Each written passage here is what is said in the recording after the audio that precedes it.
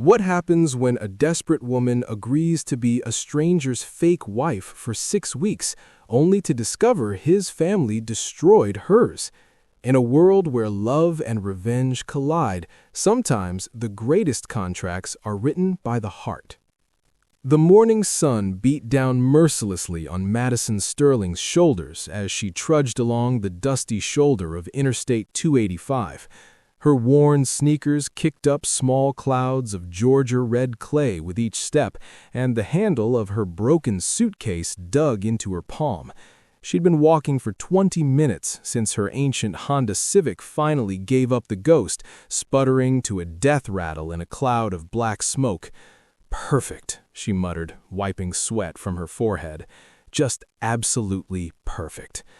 Madison was no stranger to bad days, but today was shaping up to be exceptional even by her standards.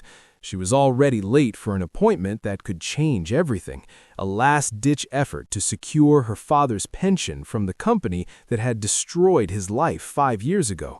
The company, called Architect Construction, run by the powerful Whitmore family, had accused her father of embezzling $400,000. Benjamin Sterling had gone from respected senior accountant to convicted felon in less than 6 months, spending 5 years in prison before being released directly into a hospital bed, his kidneys failing from untreated diabetes. The medical bills were astronomical. Madison had sold everything she owned, taken out loans she'd never be able to repay, and still it wasn't enough. Her father needed dialysis 3 times a week, medication that cost more than her monthly rent at the tiny studio apartment she'd lost 2 months ago. Now she was living in the back room of her struggling alterations shop, sleeping on a cot between racks of unfinished garments. A horn blared, and Madison jumped back as a sleek black Mercedes nearly clipped her.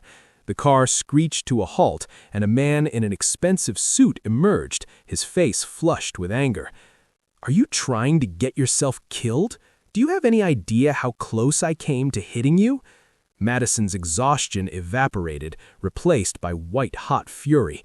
"Do I have any idea? You're the one who nearly ran me over. Maybe try looking where you're going instead of—" "You jumped out into the road. I was walking on the shoulder.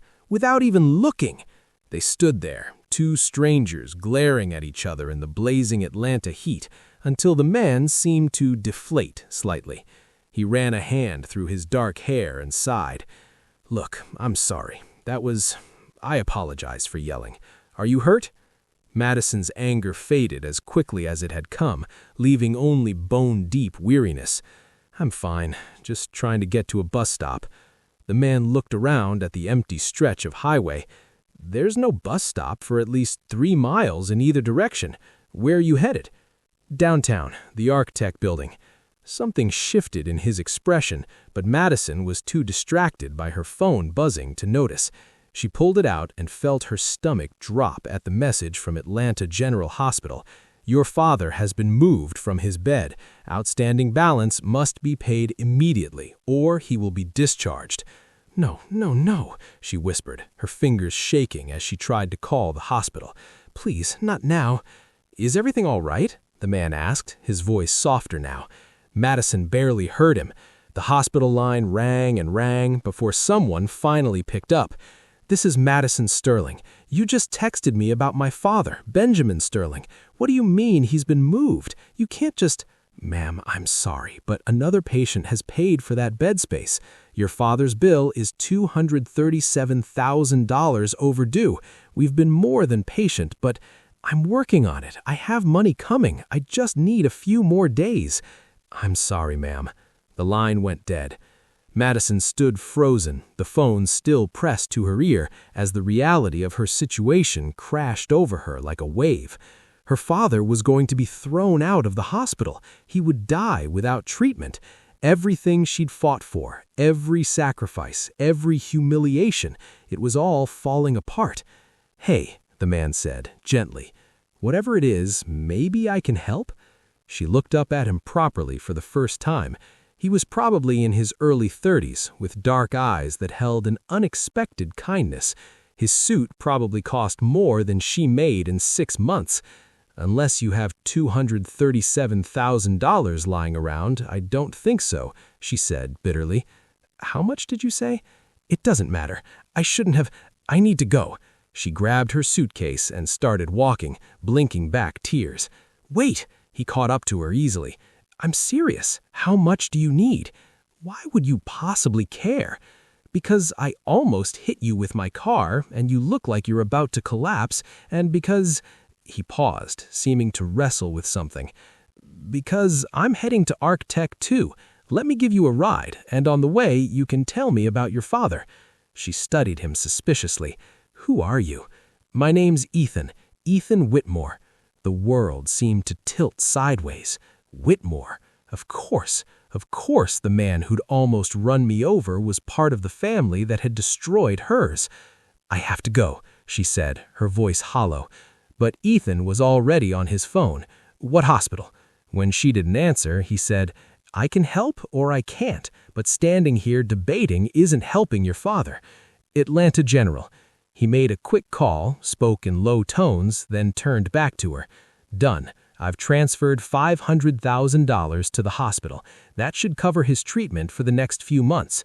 Madison stared at him, unable to process what she'd just heard. You... what? Why would you do that? Get in the car, Madison Sterling. We have a lot to talk about. The Arc-Tech building loomed over downtown Atlanta like a glass and steel monument to corporate power. Madison had imagined this moment 1,000 times, walking through those doors, demanding answers, fighting for her father's innocence. She'd never imagined she'd be doing it alongside Ethan Whitmore himself. In the car, Ethan had explained the situation with stunning frankness. He needed a wife, or rather the appearance of one. He was competing for a massive $50 million contract with oil tycoon Harrison Abbott, a traditional man who refused to do business with anyone unmarried. His girlfriend had cheated on him, he'd broken up with her, and now he was facing the most important career deal without the one thing Harrison valued most, a spouse. You need money, I need a wife. It's a simple business arrangement, Ethan said as they pulled into the underground parking garage. There's nothing simple about it. Your family put my father in prison.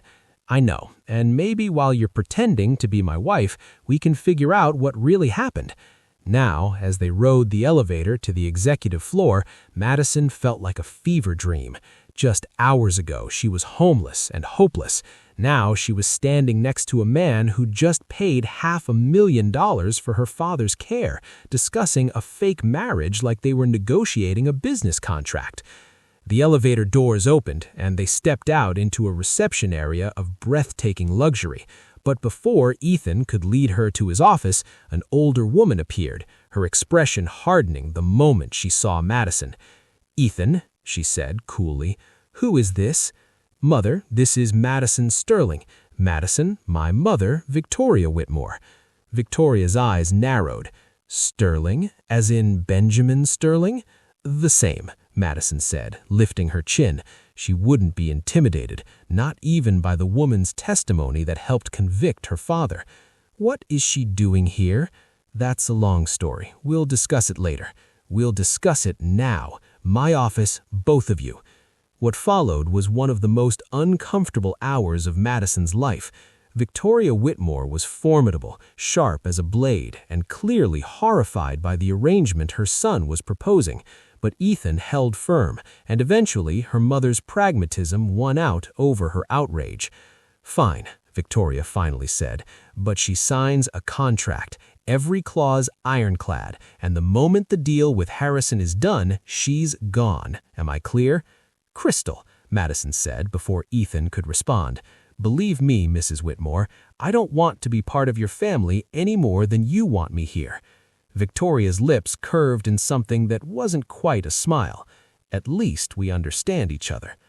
The contract was brought out that same afternoon. Madison sat in a conference room with Ethan and a lawyer named Peter Chen, reading through pages of dense legal language that essentially spelled out the terms of her temporary servitude. She would attend events, dinners, and meetings with Harrison Abbott. She would be gracious, charming, and above all, convincingly in love with Ethan Whitmore. In exchange, she would receive $10 million, $5 up front, $5 when the contract was signed. $10 million, she whispered, the number almost incomprehensible. It's a $50 million deal. 10 is fair. Nothing about this is fair. But she signed anyway because her father was dying and fairness was a luxury she couldn't afford. The first dinner with Harrison Abbott was scheduled for the following evening. Madison spent the day in a panic, raiding the clearance rack at Nordstrom for something appropriate to wear and watching YouTube videos on etiquette. Her best friend, Caroline, a fellow seamstress, helped her pick out a simple navy dress and practiced conversation topics for her. "Just remember, you're fashion designer, not a seamstress," Caroline coached. "You have your own boutique, not a shop in a strip mall." But I do have a shop in a strip mall. Had, past tense, you're renovating, expanding, thinking about going international. Caroline, I can barely afford thread. That was yesterday. Today, you're Ethan Whitmore's wife. Fake it till you make it, babe. The dinner took place at Harrison Abbott's sprawling estate in Buckhead, and Madison felt like an imposter the moment she stepped through the door. Harrison was a bear of a man in his 60s with a booming laugh and shrewd eyes that seemed to see right through her. His wife, Charlotte, was quieter but just as observant, asking pointed questions about Madison's background, her business, and her marriage. "We've been married 2 years," Ethan said smoothly, reaching over to take Madison's hand. "Best decision I ever made." Madison smiled, trying not to think about how warm his hand felt in hers. "He's biased." "A man in love should be biased," Harrison said with a grin. "Tell me, dear, what's your secret? How do you keep this workaholic husband of yours happy?" "I don't try to keep him happy," Madison said truthfully. "I just try to be myself. If that makes him happy, great. If not," she shrugged. Harrison's laugh filled the room. "I like her, Ethan. She's got spirit." The rest of the dinner passed in a blur of small talk and careful lies. Madison played her part, laughing at Harrison's jokes, listening attentively to Charlotte's stories about their children. By the time they left, she was exhausted, her face aching from forcing smiles.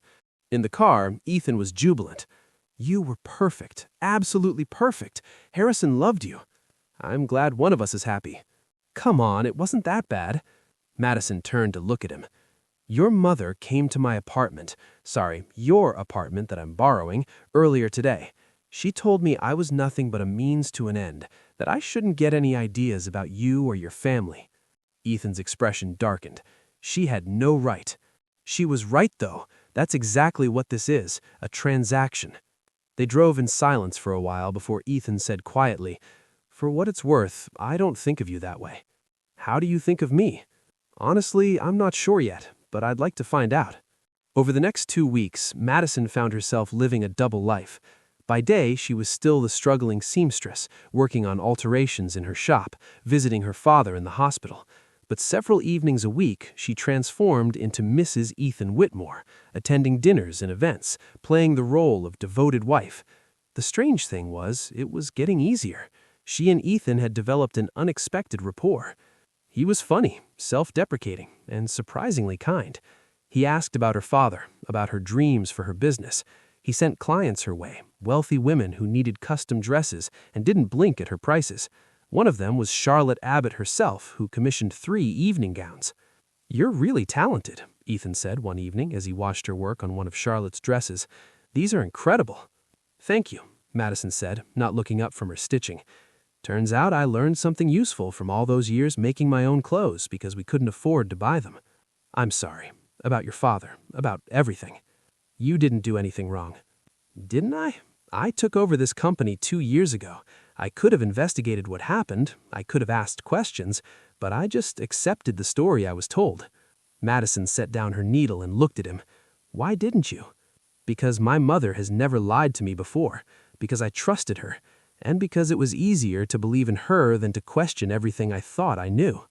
"And now?" "Now I'm questioning everything." The breakthrough came 3 days later, when Ethan called Madison at midnight, his voice tight with suppressed excitement. "I found something. Can you come to my office?" She was there in 20 minutes, her heart racing. Ethan's office was dark except for the glow of his computer screen. He looked like he hadn't slept, his tie loosened, his hair disheveled. "What is it?" she asked. "I've been going through old financial records, transaction logs, everything from the period when your father was accused, and I found discrepancies, lots of them." He pulled up a spreadsheet, pointing to highlighted cells. "See these transfers? They were all made during a 3-month period, right before your father was arrested. Money flowing out of Arctech into an account under his name, then immediately transferred elsewhere and dispersed into multiple offshore accounts. We know all this. That's what he was convicted for. But look at this." Ethan opened another file. "These are the access logs for that account. Every single transfer was initiated from an internal IP address here at Arctech, but never from your father's computer." Madison leaned closer, her pulse quickening. "Whose computer?" "That's where it gets interesting. The IP address belongs to a machine registered to the legal department, and the person who used it most frequently was—" He paused, his expression grim. "My uncle, Richard Chen." "The same Richard Chen who was the lead counsel in prosecuting my father?" "The same." Madison felt like the ground was shifting beneath her feet. Why would he frame my dad? "I don't know yet, but I'm going to find out." What followed was a week of intensive investigation. Ethan brought in a forensic accountant, a private investigator, and a tech expert. Together, they began piecing together a story of corporate fraud that made Madison's blood run cold. Richard Chen hadn't acted alone. He'd been embezzling money from Arctech for years, siphoning funds through shell companies and offshore accounts. But when an internal audit was announced, he needed a scapegoat, someone trustworthy enough that their betrayal would be shocking, someone with access to financial systems, someone who wouldn't be able to fight back.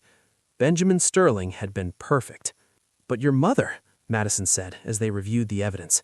"She testified against my father. She said he'd confessed to her." Ethan's face was pale. "I need to talk to her." The confrontation happened the next day in Victoria Whitmore's office. Madison watched as Ethan laid out everything they'd discovered, his hands shaking but his voice steady. Victoria sat frozen, her perfect composure cracking for the first time. Did you know Richard Chen framed Benjamin Sterling?" Victoria swallowed hard. "I suspected. Richard came to me when the audit was announced. He said there had been some irregularities, that Benjamin might be involved. He showed me documents, bank statements. It all seemed so clear."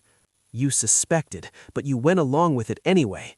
"Your father had just died," Victoria said, her voice breaking. "The company was in chaos. Richard said if the fraud became public, it would destroy everything your father built. He said Benjamin was already guilty, that this was just damage control." "Damage control?" Madison said, her voice shaking with fury.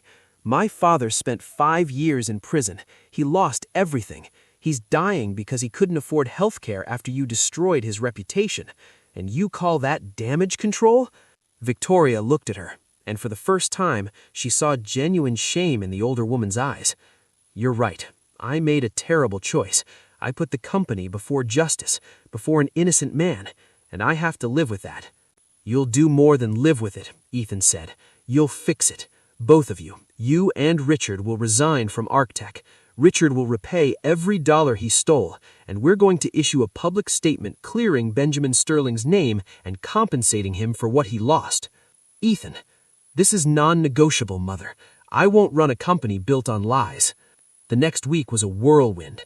Ethan and Madison met with lawyers, drafted statements, and prepared for the media storm that would follow.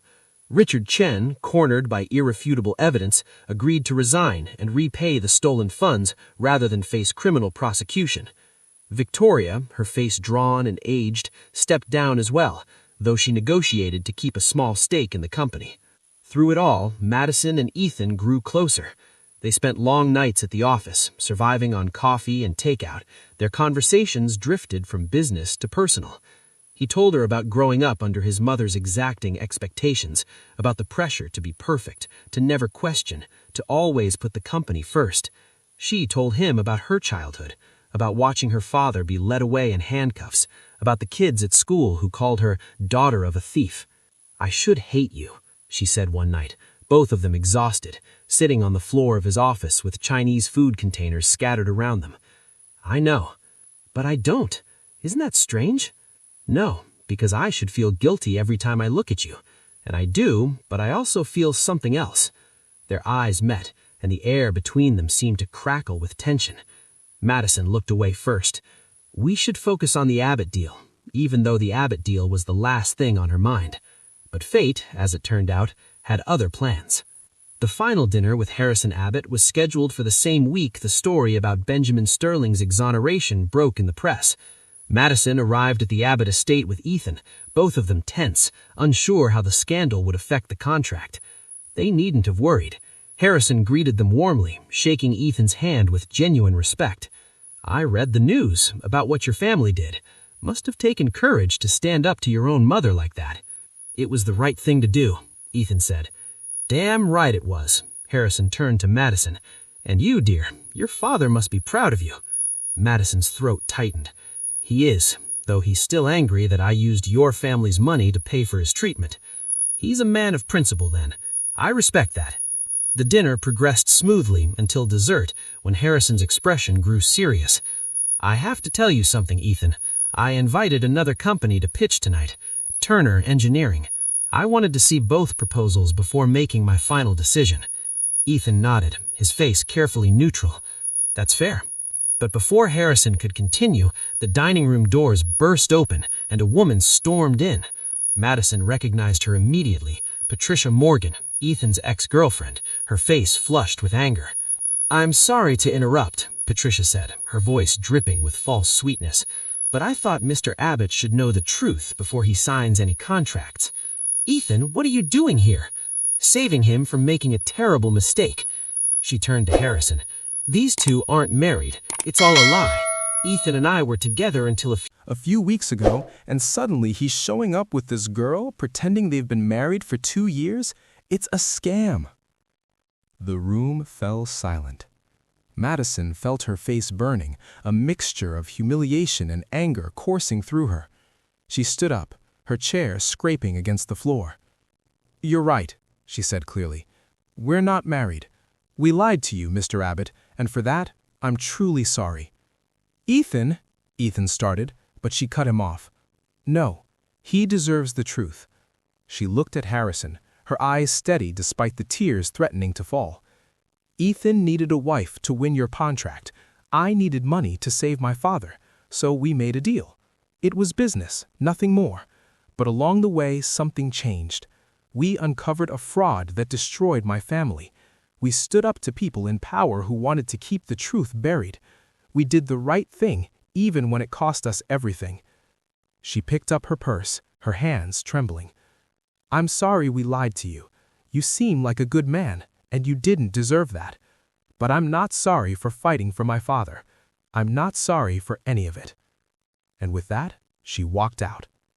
Madison made it to the end of the driveway before the tears started. She was ruined. Again. Everything she'd worked for, destroyed by her own honesty. But at least this time she could look herself in the mirror. "Madison, wait!" She turned to see Ethan running after her, his tie flying over his shoulder.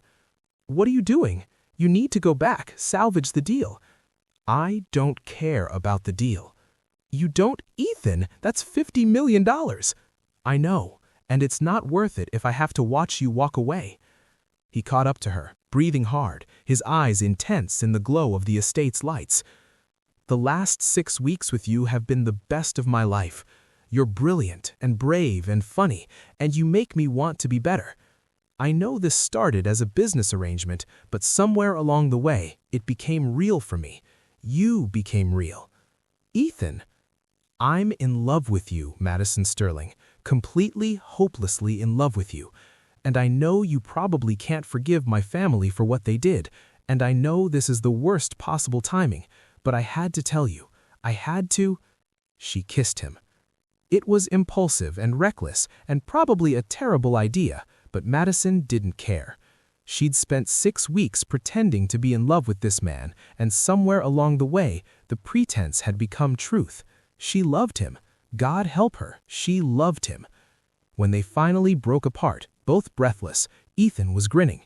"So is that a yes?" "A yes to what?" "To being my actual wife. Eventually, when you're ready, if you're ready. I'm getting ahead of myself, aren't I?" Madison laughed, her tears still streaming down her face. Yes, you are, but ask me again in 6 months. I can do that. Behind them, someone cleared their throat. They turned to find Harrison Abbott standing at the entrance, Charlotte beside him, both wearing identical smiles. I knew it. Charlotte, you owe me $50. You bet on us? Madison asked incredulously. Of course I did. Been married 35 years, dear. I know real love when I see it. He walked over to Ethan, extending his hand. You've got the contract, son. Not because you lied, that was foolish, but when it mattered, both of you chose honesty over self-interest. That's the kind of integrity I want in a business partner. Sir, thank you. Don't thank me, thank your lady there. She's the one with the backbone. Harrison winked at Madison. Hold on to this one, Ethan. She's a keeper. 6 months later. The press conference was held at Architects headquarters, now officially renamed Sterling Whitmore Construction. Benjamin Sterling sat in the front row, still weak but no longer dying, his kidneys bolstered by a successful transplant funded by the settlement from Architect. Beside him sat Caroline, Madison's best friend, who'd become the company's new designer. On the stage, Ethan stood with Madison, announcing their engagement to a room full of reporters and cameras.